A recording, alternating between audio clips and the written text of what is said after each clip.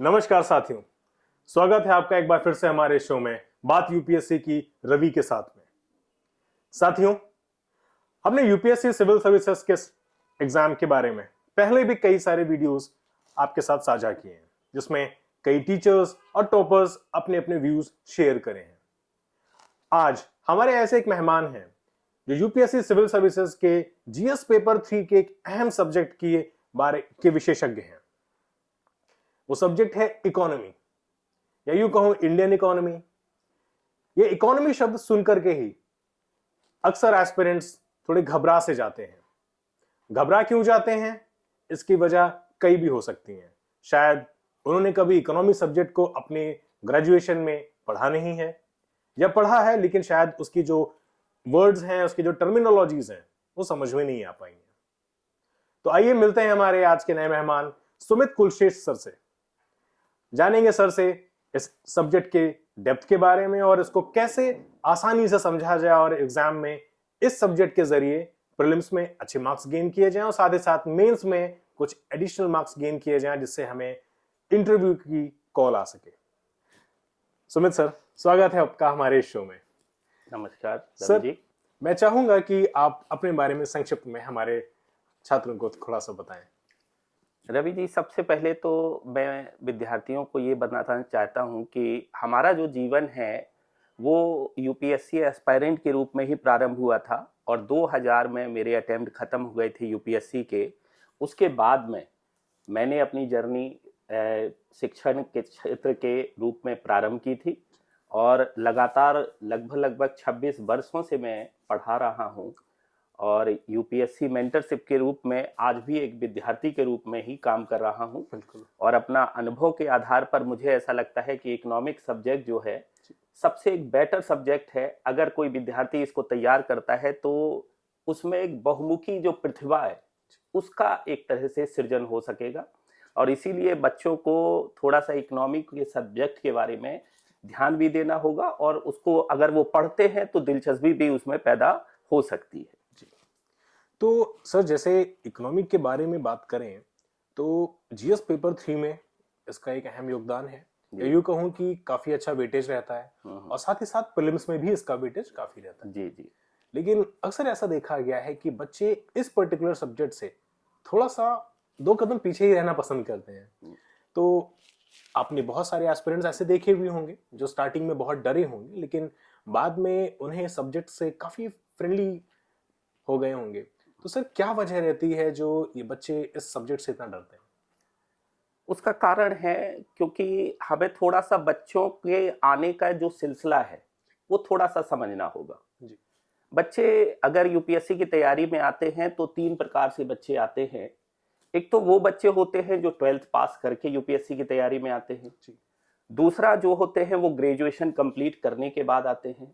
और तीसरे बच्चे वो होते हैं जो कि वास्तव में क्या है कि इंजीनियरिंग बैकग्राउंड या मेडिकल बैकग्राउंड या अन्य बैकग्राउंड से आते हैं। अगर हम तीनों बच्चों का जो क्राइटेरिया अगर हम जज करें तो तीनों का कहीं ना कहीं जो संबंध होता है वो इकोनॉमिक्स से कहीं नहीं देखने को मिलता है। शुरू से लेकर एंड तक कभी भी उन्होंने इकोनॉमिक्स नहीं पढ़ा होता है। जबकि अदर सब्जेक्ट की अगर तुलना कर लें, चाहे आप भूगोल सब्जेक्ट को ले लें तो वो पर्वत, पहाड़, नदियां, झील चारों तरफ अपना देखने का कार्य करते हैं। अगर आप पॉलिटी के सब्जेक्ट की अगर बात करें तो राजनीति की जो चर्चा है वो अक्सर घर में होती है या परिवार में होती है, तो उन्हें इजी रूप से समझना आना प्रारंभ हो जाता है। वहीं पर इकोनॉमिक सब्जेक्ट की बात करें तो कहीं पर चर्चा नहीं होती है। वो अगर केवल और केवल उनका एक लेन देन होता है, माता पिता से पैसे लेना और उसके बाद में अगर देखा जाए तो माता पिता से पैसे लेने के बाद में उसको खर्च करना। लेकिन उन्होंने कभी नहीं सोचा कि इस खर्च करने का प्रभाव क्या पड़ता है अर्थव्यवस्था में। हाँ, बिल्कुल। और इसी कारण से इस सब्जेक्ट के प्रति बच्चों की जो उदासीनता है वो अक्सर देखने को मिलती है पढ़ाई के दौरान। और बच्चा इस सब्जेक्ट से इसलिए भी दूर भागता है क्योंकि इसमें कोई एक ऐसा कॉन्सेप्ट नहीं है पढ़ते समय जब हम देखते हैं कि हम उस सब्जेक्ट को रिलेट करके किसी अन्य सब्जेक्ट में भी हम उसको डाल सकें। ये उनमें जो है थॉट डेवलप ना होने के कारण से ये प्रॉब्लम आती है। जी। तो जैसे अगर देखा जाए कि कई बच्चे ऐसे भी होते हैं जो इकोनॉमिक्स बैकग्राउंड से होते हैं जी। और उनसे जब पूछा जाता है, मैं भी बहुत सारे ऐसे एस्पिरेंट्स से मिलता हूँ, इवन बहुत सारे एस्पिरेंट्स में से उनमें से मैं भी एक हूँ जिसने इकोनॉमिक्स में ग्रेजुएशन पोस्ट ग्रेजुएशन किया और ऑप्शन भी इकोनॉमिक्स में नहीं लिया। तो जब दूसरे बच्चों से मैं पूछता हूँ या जब वो मुझसे पूछते हैं कि इकोनॉमिक्स ऑप्शन आपने कैसे लिया, तो मैं कहता हूँ कि मुझे आसान लगता है, लेकिन वही चीज उनके नजरिए से जब मैं देखता हूँ, उनका चश्मा पहनता हूँ, तो लगता है कि अरे इनको तो बहुत डर लग रहा है। तो क्या ऐसा करना चाहिए स्टार्टिंग से ही कि वो इंटरेस्टिंग बन जाए? देखिए, इकोनॉमिक्स जो है अगर देखा जाए सबसे दिलचस्प सब्जेक्ट है। बिल्कुल। और इसकी भूमिका भी बहुत बड़ी है। जी। ये विद्यार्थी को समझना होगा। विद्यार्थी को ये समझना होगा कि इतिहास में भी इकोनॉमिक्स का रोल है। अगर किसी राजा या शासक की वो नीतियों को अगर जानता है और उसको समझना है, उसकी आर्थिक नीति को समझना है, तो उसके व्यापारिक संबंधों को समझने के लिए मुझे इकोनॉमिक्स समझनी होगी। बिल्कुल। अगर मुझे भौगोलिक स्थिति के बारे में जानना है और उस भौगोलिक स्थिति जो बन रही है उससे क्या अर्थव्यवस्था पर प्रभाव पड़ रहा है, क्या भूगोल के क्षेत्र पर प्रभाव पड़ रहा है, अगर मूल्यांकन कर ले जाएंगे तो इकोनॉमिक सब्जेक्ट हमारा थोड़ा सा दिलचस्प सब्जेक्ट बन जाएगा।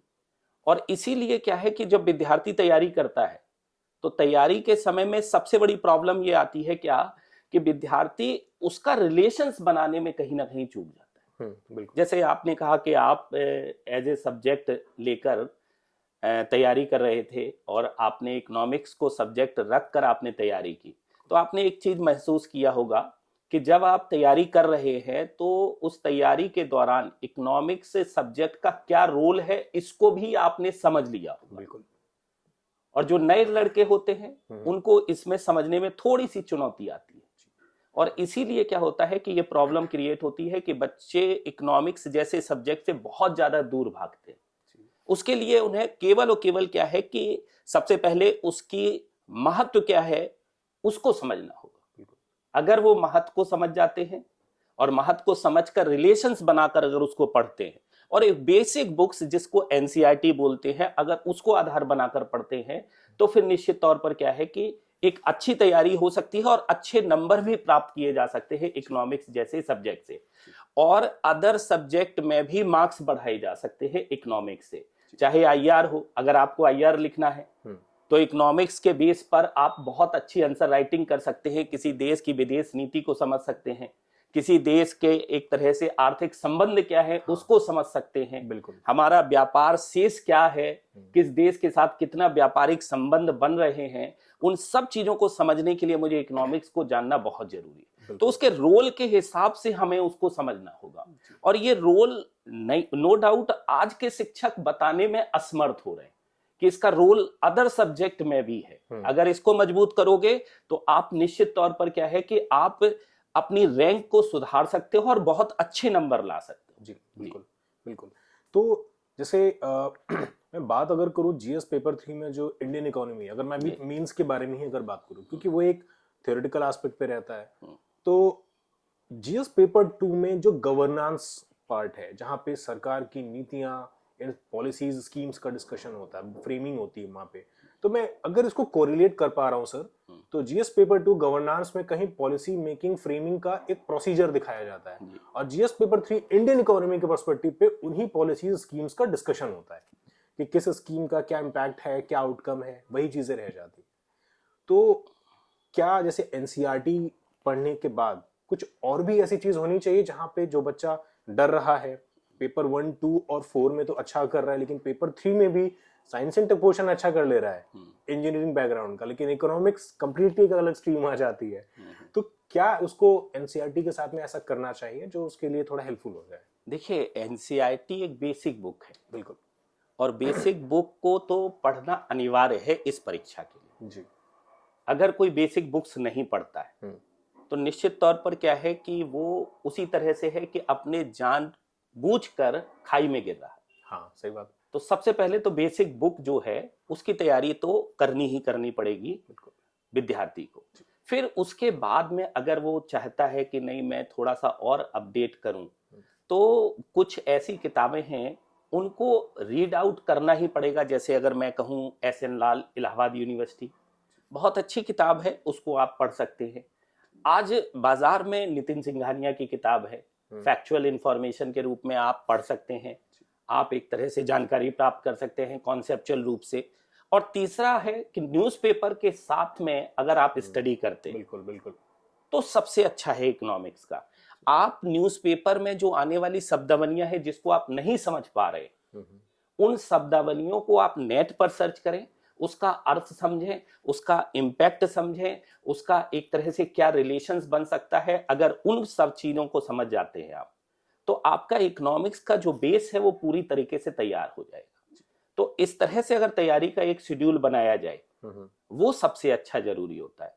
और एक कमी और विद्यार्थियों में देखने को मिलती है क्या, कि इकोनॉमिक्स का सिलेबस क्या है इसके बारे में भी बिना जानकारी लिए हुए लोग तैयारी करते हैं। बिल्कुल बिल्कुल, सही बात कही आपने। तो इकोनॉमिक्स का सिलेबस सबसे पहले तो उसको देखना है आपको, कि भाई कौन सा टॉपिक है, कौन सा टॉपिक मेंस में है, कौन सा टॉपिक प्री में है, उसको आपको समझना होगा।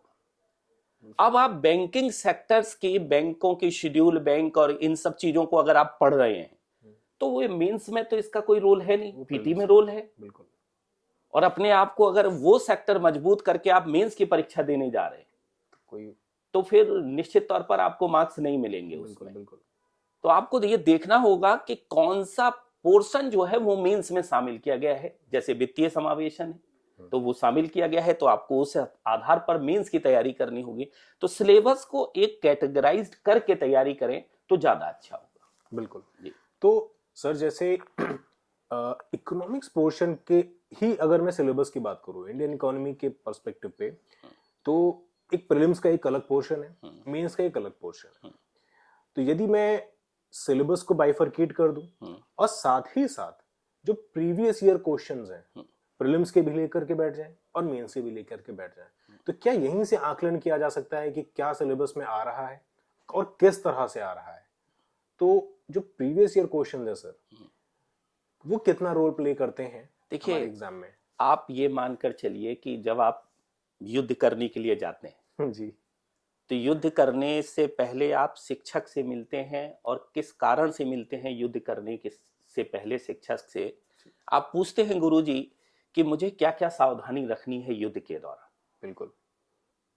तो सबसे बड़ी सावधानी तो यही है युद्ध के दौरान जब आप जाते हैं तैयारी करने के लिए, कि आपने अपने सिलेबस को देखा है और प्रीवियस ईयर के क्वेश्चंस को देखा है या नहीं।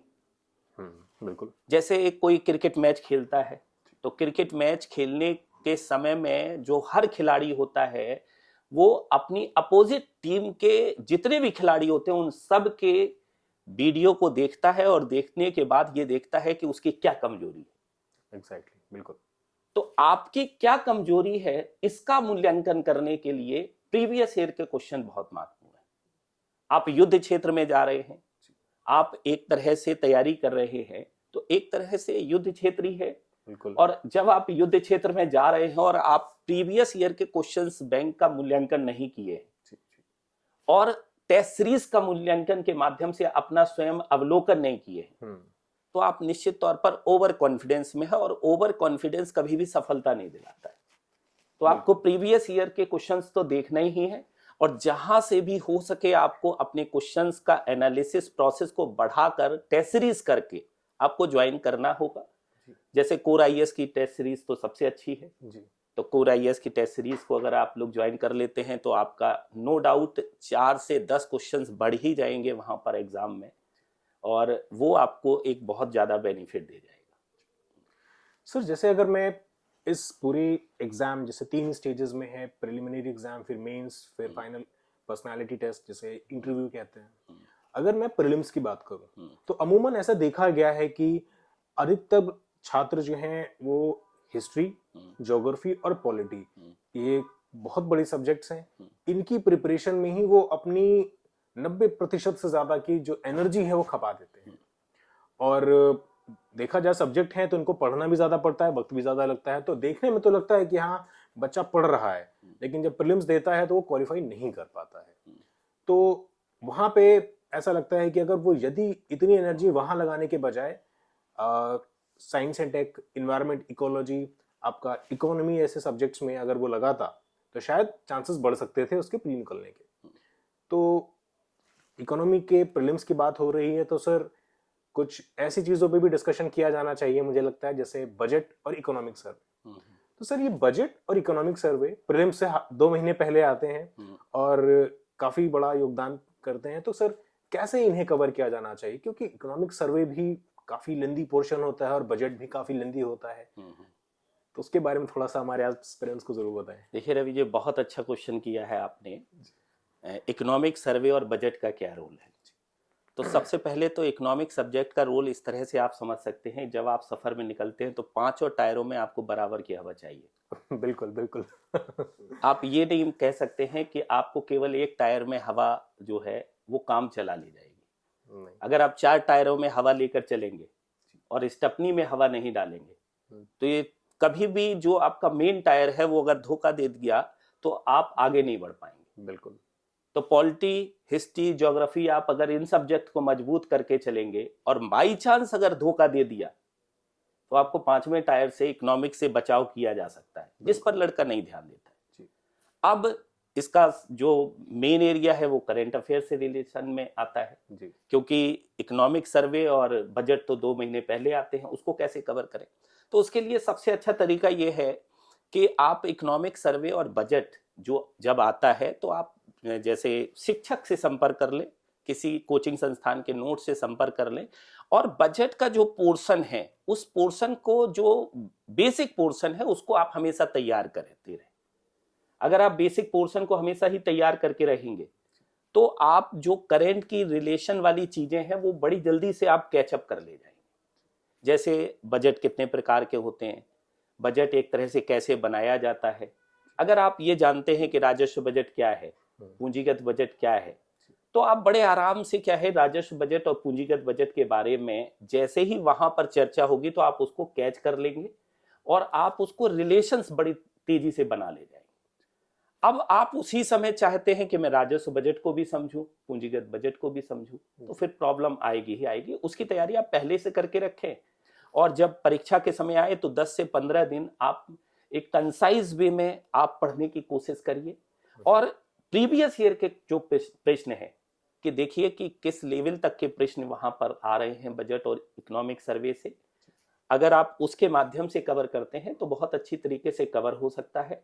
और मुझे नहीं लगता है कि बजट और इकोनॉमिक सर्वे इतना बड़ा सिलेबस में पोर्शन में आप कवर ना करने लायक एक तरह से नहीं होता है। बड़े आराम से आप 10 से 15 दिन की अगर तैयारी करते हैं तो आप उसको कवर कर सकते हैं। सर जैसे ये तो बात हुई प्रीलिम्स की, मेंस की अगर मैं बात करूं तो लगभग देखा जाए तो 100 से ऊपर ही इसका वेटेज रहता है जीएस पेपर 3 में जी। तो जो बच्चे प्रीवियस ईयर क्वेश्चंस देखते हैं और पहले ही उनके मन में एक भय बना रहता है, तो जो क्या ऐसा उनको मतलब एक होता ना कि क्वेश्चन पेपर है प्रीवियस लास्ट ईयर ऐसा पूछा था, हो सकता है इस बार ऐसा पूछ ले, एक प्रिडिक्शन बच्चा लगाता है। एक जो सीरियस कैंडिडेट है वो उसके ऑटोमेटिकली वो प्रेडिक्ट करने लग जाता है कि हाँ ये चीजें होने वाली हैं या ये चीज अभी हाल फिलहाल में हुई, इस पे यूपीएससी पूछ सकता है। तो क्या सर इकोनॉमी जैसा सब्जेक्ट ऑप्शनल के लिए भी लिया जाना चाहिए? देखिए इकोनॉमिक्स ऑप्शन में अगर देखा जाए ऑप्शनल में जी, तो अगर आप बैकग्राउंड से नहीं है जी तो आपको प्रॉब्लम्स और चुनौतियां तो जरूर आएंगी। ठीक है, क्यों? क्योंकि जो कॉन्सेप्ट हैं, जो बेसिक चीजें हैं वो आपके कवर अप नहीं हो पाएंगे, ये आप मान कर चलिए। या आप इतने डेडिकेशन होकर उसकी तैयारी करने लायक मैं सोच कर ही निकले हैं कि मैं इकोनॉमिक्स ऑप्शनल को एक तरह से कवर कर लूं। लेकिन अगर आप बैकग्राउंड में हैं तो एक बेस्ट ऑप्शन हो सकता है और सिविल सर्विसेज के अन्य क्षेत्रों में भी आप जा सकते हैं जी। बिल्कुल, जैसे इकोनॉमिक सर्वे है, सर्विसेज है, इकोनॉमिक सर्विसेज में भी आप जा सकते हैं जी। तो एक क्षेत्र आपका और भी खुल रहा है इकोनॉमिक्स के साथ। बिल्कुल। तो अगर आप सब्जेक्ट रख लेते हैं तो इसमें अगर आपका बैकग्राउंड है तो इसमें कोई बुराई नहीं है, लेकिन अगर आपका बैकग्राउंड नहीं है तो थोड़ा सा प्रॉब्लम तो होगा ही होगा। और खास तौर से उन लड़कों के लिए जो इकोनॉमिक्स को हमेशा ही डर की नजर से देखते हैं, उनके लिए तो निश्चित तौर पर ये सब्जेक्ट चुनौतीपूर्ण हो जाएगा। सर जैसे मेंस के पर्सपेक्टिव पे ही देखें और प्रीलिम्स के पर्सपेक्टिव पे भी देखें तो अक्सर ऐसा देखा गया है कि इकोनॉमी वाले पोर्शन में वो क्वेश्चंस फ्रेम किए जाते हैं जो न्यूज में अक्सर रहते हैं, चाहे वो सरकार की कोई नीति रही हो, चाहे वो भारत सरकार की रही हो, या ग्लोबल लेवल पे कोई एक पर्टिकुलर ग्रुप रहा हो जो न्यूज में रहा हो। तो क्या ऐसा कहा जा सकता है कि इकोनॉमी प्रिपेयर करने के लिए करंट अफेयर्स पे पकड़ बनाए रखना ज्यादा जरूरी है? हमने आपसे पहले भी कहा कि न्यूज़पेपर जो है जी। वो एक बहुत बड़ा रोल अदा करता है। हम्म। पहले भी मैंने आपसे इस तरह का डिस्कशन किया है। जी। और ये न्यूज़पेपर तो विद्यार्थी को हमेशा ही पढ़ना होगा।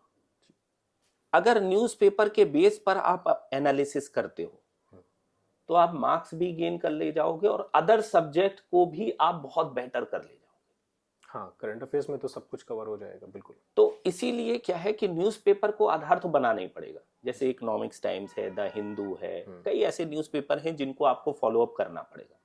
अब कुछ लोग कहते हैं कि मुझे इकोनॉमिक्स टाइम्स पढ़ने में प्रॉब्लम आ सकती है, तो हिंदी वर्जन भी अवेलेबल है और बहुत सी साइट्स अब हिंदी वर्जन में प्रोवाइड कराती हैं चीज़ों को।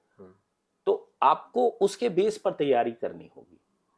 और मेंस के question no doubt current affairs based ही होते हैं, लेकिन वो करंट अफेयर्स के बेस्ड तो चीजें तभी आपको समझ में आएंगी जब आप एक तरह से बेस तैयार किए हुए बैठे। बिल्कुल सही बात। अगर आपका बेस तैयार नहीं है तो निश्चित तौर पर करंट अफेयर से आप रिलेशन नहीं बना पाओगे और आपको वो उसी तरह से दिखाई देगा जैसे काला अक्षर भैंस बराबर।